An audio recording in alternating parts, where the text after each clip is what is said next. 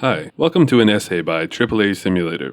Today I want to talk about Bioshock. For me, Bioshock is one of those classic games I always meant to play, but I just never got around to it. I was years late getting to it in the first place, and by then, whenever I tried to play it, it just didn't grab me enough to stick with it. That is, until now. I finally got around to finishing it, and I want to talk about how Bioshock holds up in the year 2024. I think doing so will reveal quite a lot about the evolution of game design, and give us insights into how the medium is constantly changing.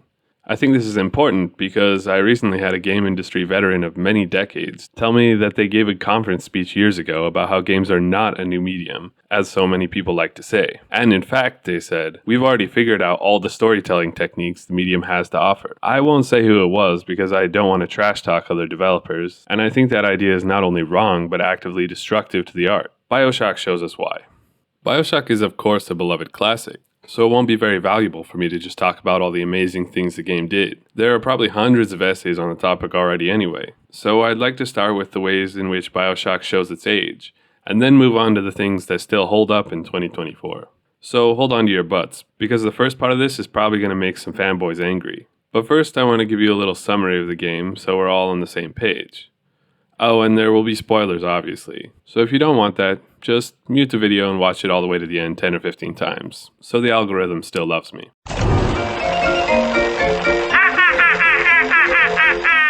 Bioshock is a game made in 2007 by 2K, and is a first-person shooter with immersive sim elements. You not only wield a variety of guns, but you also have access to customizable skills called plasmids. Some of these are used in Battle to, for example, freeze your enemies or light them on fire, and others give buffs to things like combat and hacking. But what Bioshock is best known for is its immersive and fascinating world, which all comes back to the story. You play as Jack, whose plane has crashed somewhere in the Atlantic Ocean, and you soon stumble upon an underwater city called Rapture.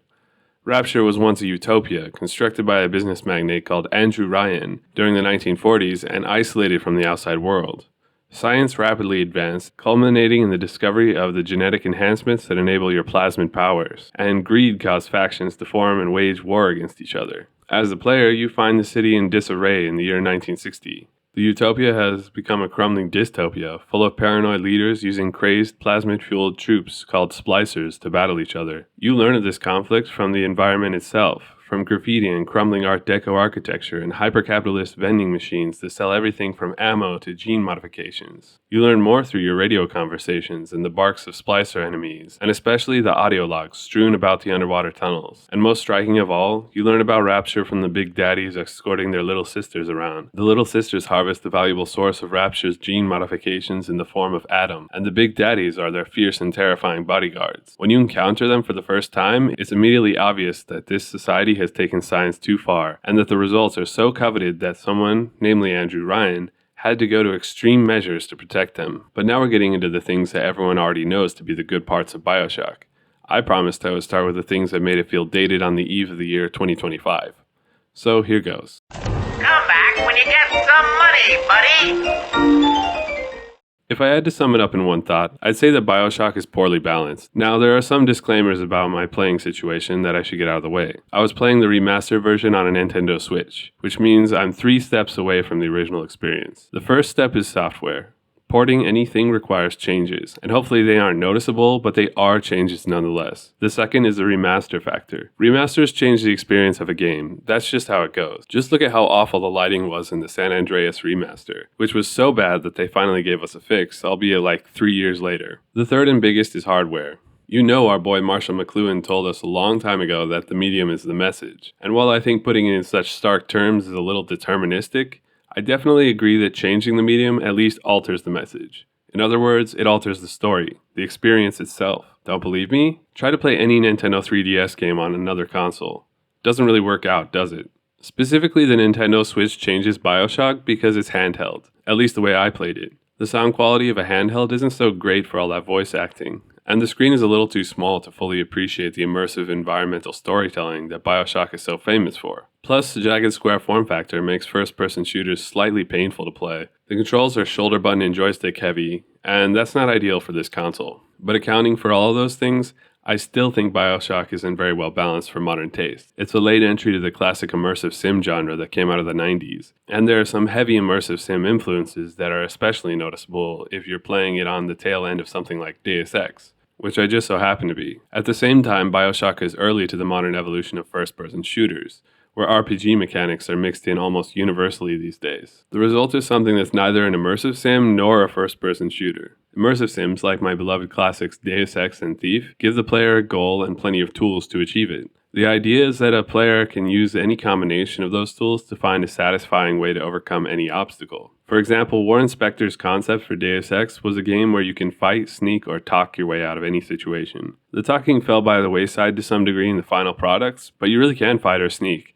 Plus, you can hack or use lockpicks, you can use heavy weapons or specialize in sniping, and some combination of your skills will always get you through the game. Not only that, you'll feel like a badass cyborg super agent the whole time. On the shooter side, the best example I've played is probably Doom Eternal. The progression is extremely smooth in Doom Eternal. You're given double jump from the get-go, then once you master that you get dash, then the grappling hook. Your abilities grow with the learning curve, making the RPG elements seem invisible and natural. The mixture of enemies demands different techniques, and you can smoothly switch between them because of expertly designed controls. In fact, Doom Eternal is like a rhythm game in disguise, and each carefully crafted mechanic feeds you into that flow state of slaughtering demons to the beat of the music. With all due respect to the important role of Bioshock in gaming history, its plasmids seem almost rudimentary in comparison.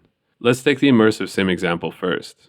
Plasmids and other RPG elements of Bioshock are customizable, and each one does a different cool thing. Lighting people on fire hurts them, freezing them makes them stop hurting you, a spring trap will hurl them into the air, you can swarm them with insects to, well, it's kind of the same as the fire, but you get the idea. There are a few more things along those lines. But unlike in Deus Ex or Thief, these tools don't change up your playstyle all that much. Most of the time, you're running around and shooting people dead, not hacking through a different path to avoid them, or sneaking, or convincing them not to fight you. There are like 2 places in the game where plasmids are required for a traversal, but it isn't a matter of choosing your strongest tools and using them creatively. Instead, it's basically like, there's some ice, you need to use fire to get past it.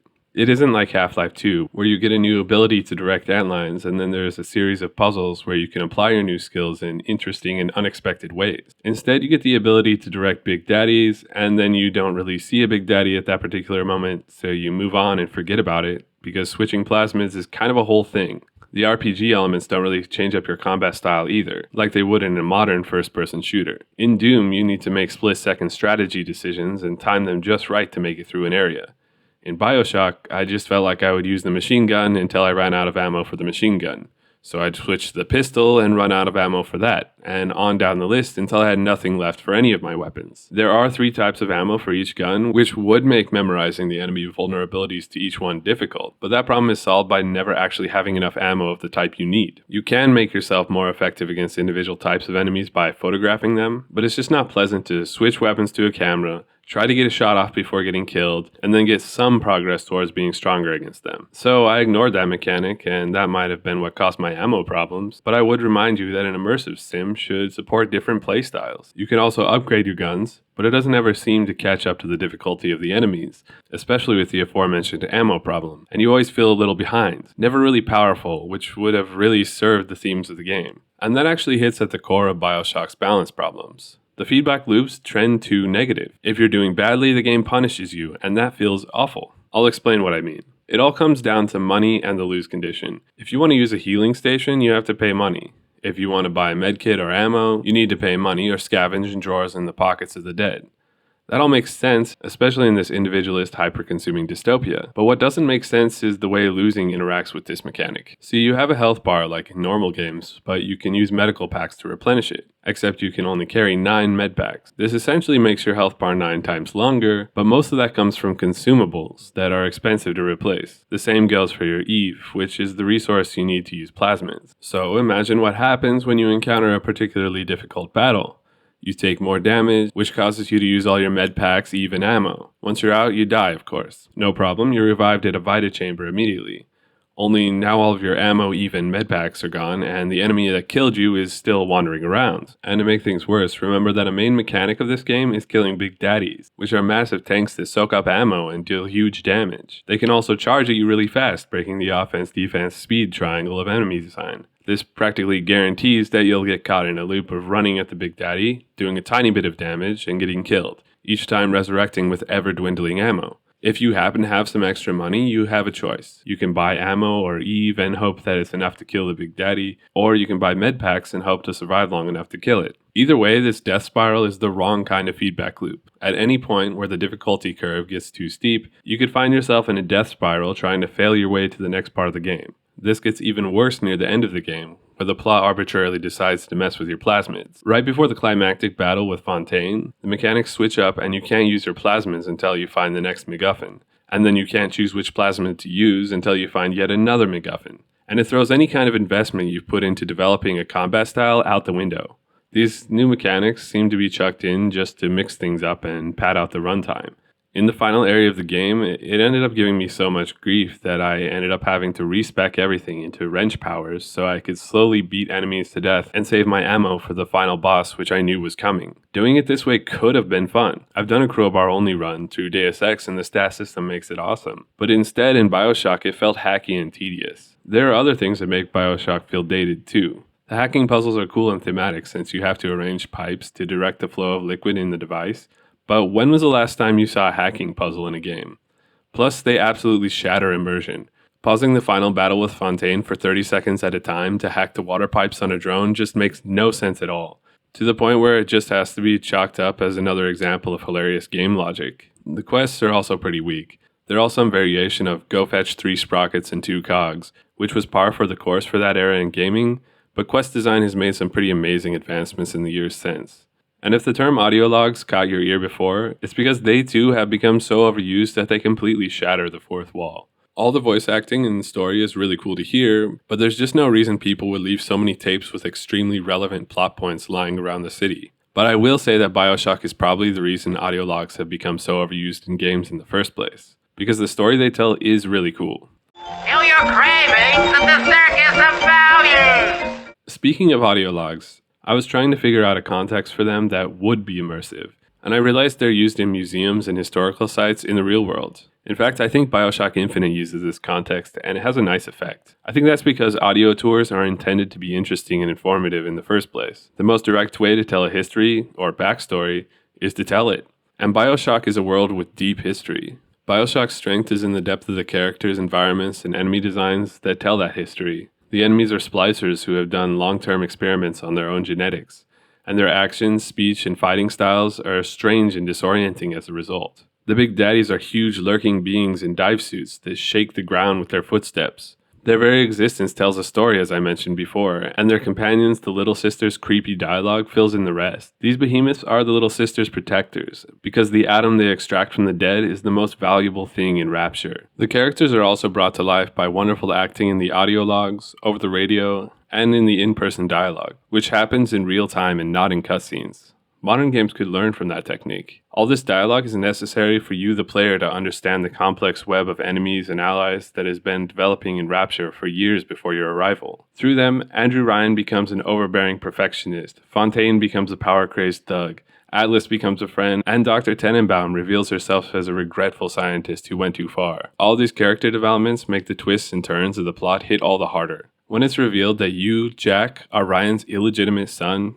driven back to Rapture through hypnotic triggers, it plunges you into the reality that you aren't fighting a bunch of crazy strangers.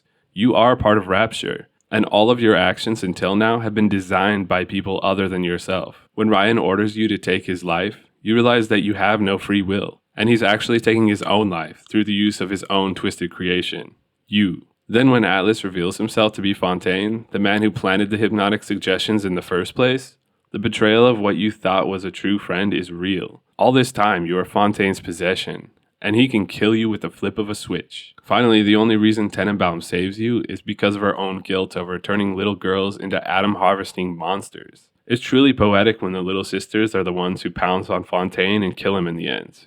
I told you there would be spoilers, don't complain. Another difference with modern games is that the endings play out quite quickly, then the game's over. The total playtime is also pretty short compared to a modern game, but I think these things are actually perfect. The game responds to your moral choice to either save or harvest the Little Sisters with a poetic payoff, and then the credits roll. This is something we could all learn from past video games.